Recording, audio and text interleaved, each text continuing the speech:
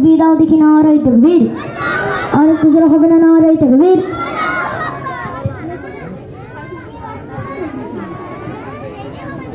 আসসালামু আলাইকুম। 3-4 জন মক্তবে যখন বুঝলে খুব লাগাচ্ছিল, আওয়াজ কমে গেছে। আসসালামু